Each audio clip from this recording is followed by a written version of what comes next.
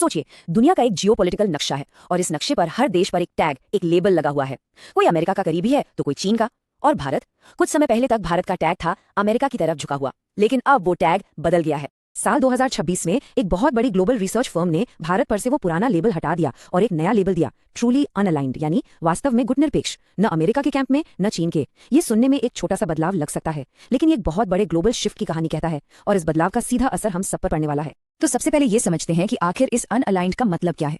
देखिए, इसका मतलब ये बिल्कुल नहीं है कि भारत किसी का दुश्मन बन गया है। इसका सीधा और साफ मतलब ये है कि भारत ने अब ये तय कर लिया है कि वो किसी एक सुपर पावर के कैंप में स्थायी तौर पर शामिल नहीं होगा। वैसे देखा जाए तो ये सोच कोई नई नहीं है, ये तो हमेशा से भारत की फॉरेन पॉलिसी के डीएनए में रहा है। याद कीजिए कोल्ड वॉर का दौर, जब दुनिया दो हिस्सों में बटी हुई थी, तब प्रधानमंत्री नेहरू ने नॉन अलाइंड मूवमेंट की शुरुआत की थी।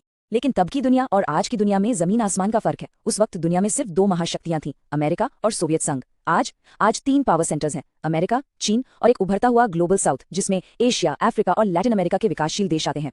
तो 2026 में भारत के अनअलाइंड होने का मतलब है कि वो इन तीनों के साथ अपने हितों के हिसाब से डील करेगा। सीधी सी बात है, जहां देश का फायदा होगा भारत वहां खड़ा होगा, किसी एक के साथ कोई परमानेंट कमिटमेंट नहीं। तो सवाल ये उठता है कि ये इतना बड़ा बदलाव आखिर अभी क्यों हुआ। इसकी दो बड़ी वजह हैं जो एक ही समय पर सामने आ रही थीं। एक तरफ तो अमेरिका के साथ हमारे रिश्तों में थोड़ी ठंडक आई और वहीं दूसरी तरफ चीन के साथ एक बहुत ही सतर्क बातचीत दोबारा शुरू हुई। चलिए पहले अमेरिका वाली बात को समझते हैं। पिछले कुछ समय से लगभग 25 साल पुराने भारत अमेरिका के मजबूत रिश्ते में कई दरारें साफ साफ दिखने लगी थीं। सबसे बड़ा मुद्दा था ट्रेड का। भारत के आईटी, टेक्सटाइल और फार्मा एक्सपोर्ट्स पर भारी भरकम टैरिफ लगा दिए गए। फिर डिप्लोमेसी के लेवल पर भी दरारें दिखी। क्वाड यानी अमेरिका, भारत, जापान और ऑस्ट्रेलिया का ग्रुप, इसकी समिट बार बार टलती रही, जो एक साफ संकेत था कि दोनों देशों के बीच असहजता बढ़ रही है। तीसरा, भारत पाकिस्तान तनाव पर अमेरिकी बयानबाजी भारत को पसंद नहीं आई। और चौथा, जब भारत ने रूस से सस्ता तेल खरीदा तो इसकी पब्लिक में आलोचना की गई, जिसका भारत ने भी खुलकर जवाब दिया। तो एक तरफ अगर अमेरिका से रिश्ते ठंडे पड़ रहे थे तो भारत किस तरफ देख रहा था? इसका जवाब है हर तरफ। और इसी दौरान चीन के साथ भी एक बहुत ही सावधानी भरी नई शुरुआत हुई। याद होगा 2020 की गलवान झड़प के बाद दोनों देशों में बातचीत लगभग बंद ही हो गई थी। फिर 2024 में एक बदलाव आया। प्रधानमंत्री मोदी और शी जिनपिंग ब्रिक्स समिट में मिले। 2019 के बाद ये उनकी पहली मुलाकात थी। इसके बाद मुलाकातों का एक दौर चला और दोनों देशों ने कहा हम प्रतिद्वंद्वी नहीं बल्कि भागीदार हैं। डायरेक्ट फ्लाइट्स और ट्रेड भी धीरे धीरे पटरी पर लौटने लगे। लेकिन यहाँ एक बहुत जरूरी बात समझना होगा, इसे सतर्क शुरुआत क्यों कहा जा रहा है? क्योंकि चीन ने हिमालय बॉर्डर पर अपना मिलिट्री प्रेशर कम नहीं किया है। इसलिए ये कोई गहरी दोस्ती नहीं है, बल्कि एक जरूरत पर आधारित नपातुला एंगेजमेंट है। तो ये तो हो गई बड़ी बड़ी जियोपॉलिटिकल बातें, लेकिन अब आते हैं सबसे जरूरी सवाल पर कि इस सब का हम सब की रोजमर्रा की जिंदगी पर क्या असर पड़ेगा। देखिए, इसके कुछ रिस्क भी है और कुछ नए मौके भी। रिस्क ये है कि अमेरिकी टैरिफ से एक्सपोर्ट पर निर्भर जॉब्स जैसे आईटी और फार्मा में दबाव बना रहेगा और चीन से सस्ता सामान आने पर हमारे घरेलू निर्माताओं को कड़ी टक्कर मिलेगी। लेकिन इस नई रणनीति में मौके भी छिपे हैं। भारत ने यूरोपियन यूनियन के साथ एक बड़ा फ्री ट्रेड एग्रीमेंट साइन किया है और सीपीटीपीपी, जो कि पैसिफिक देशों का एक बड़ा ट्रेड ग्रुप है, उसमें भी भारत की एंट्री हो सकती है। तो ये अनअलाइनमेंट नए दरवाजे भी खोल रहा है।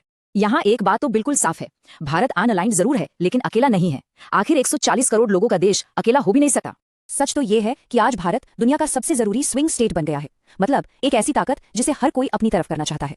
अमेरिका को भारत चाहिए चीन को बैलेंस करने के लिए, चीन को भारत चाहिए ताकि वो अमेरिकी खेमे में न जाए, रूस को ऊर्जा और हथियारों के व्यापार के लिए भारत की जरूरत है, यूरोप भारत को चीन के एक लोकतांत्रिक विकल्प के तौर पर देख रहा है और ग्लोबल साउथ एक मजबूत आवाज के लिए भारत की तरफ देख रहा है। ऐसे में भारत ने तय किया है कि वो ये सारे कार्ड्स अपने हिसाब से खेलेगा। तो यहाँ से आगे क्या हो सकता है? एक्सपर्ट्स के मुताबिक हमारे सामने तीन रास्ते हो सकते हैं। पहला और सबसे संभावित रास्ता यह है कि भारत वापस अमेरिका की तरफ झुके, खासकर अगर दोनों के बीच कोई बड़ी ट्रेड डील हो जाती है। दूसरा रास्ता यह है कि भारत इसी ट्रूली अनअलाइंड की राह पर मजबूती से चलता रहे।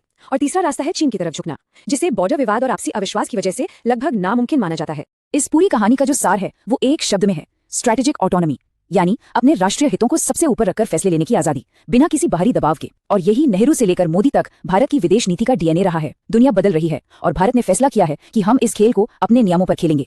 लेकिन बड़ा सवाल अब भी वही है कि क्या इस तरह बदलती शक्तियों की दुनिया में कोई देश सिर्फ अपनी शर्तों पर खेलकर सच में सफल हो सकता है? इस सवाल का जवाब तो आने वाला वक्त ही देगा। अगर ऐसे ही मुश्किल ग्लोबल मुद्दों को आसान भाषा में समझना हो तो हमारे साथ जुड़े रहिएगा। हम हर हफ्ते दुनिया की बड़ी खबरें आपके लिए लेकर आते हैं, बिल्कुल सरल अंदाज में।